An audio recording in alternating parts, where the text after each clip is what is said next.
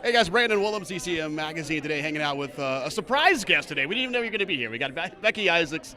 So this album, I just learned that despite the title, this was before your accident. It sure was. The nominated album, songs that pulled me through the tough times. Very well, yeah. And wow, I mean, it really hits home when after your car accident, you don't know if you're ever going to be standing on a red carpet, even if you're able to come to a red carpet. Exactly. Well, you know, I have had the vision of doing this record for a long time, and it took me 3 years to finally make the record because I didn't have the courage, number one, to do it. Number two, to ask the guitar heroes, the friends that I wanted to feature on it. And I didn't have the guts to call Dolly and Vince and Ricky and people like that and say, will you please sing with me and play guitar on my record? And of course, they were quick to say yes, but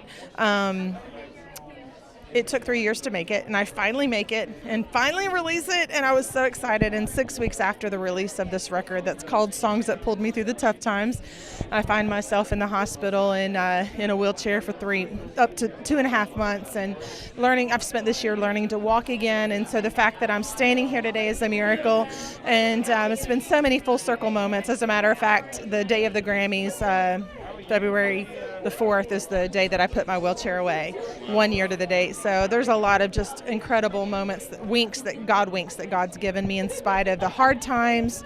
It's been sweet. Yeah, so not your first Grammys, but this one a little extra special, your first solo one. How extra special was that call compared to the family calls when you get those that the family's up? It's very special because I was in the middle of promoting my solo record, 5 weeks, and then all of a sudden this happens, and I just completely lost the heart to promote the record because I thought, I need to learn to walk. I've got to shift focus. Yet, in spite of not being able to promote the record, my friends and my family and the fans heard the heart of the record and got behind me, and so I just feel like this is for them. All the prayers, I'm telling you, the body of Christ is alive and well because I lived to see every prayer come to pass. So now that you've got a taste of the solo world, will there be more? And do we get into a competition with Ben? Do you try to catch him up with with all of his solo nominations for producing and such? Right. And Sonia did a solo record several years ago, a couple of them.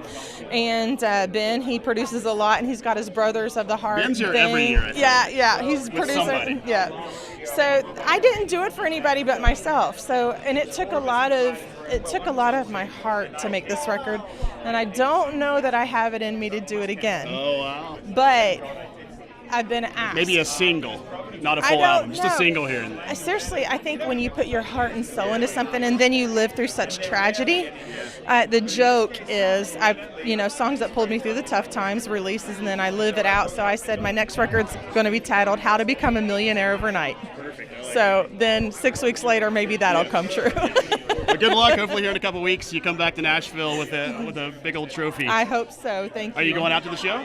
We are. We are going. Nice. Yeah. Good to see you. You too. Thank you.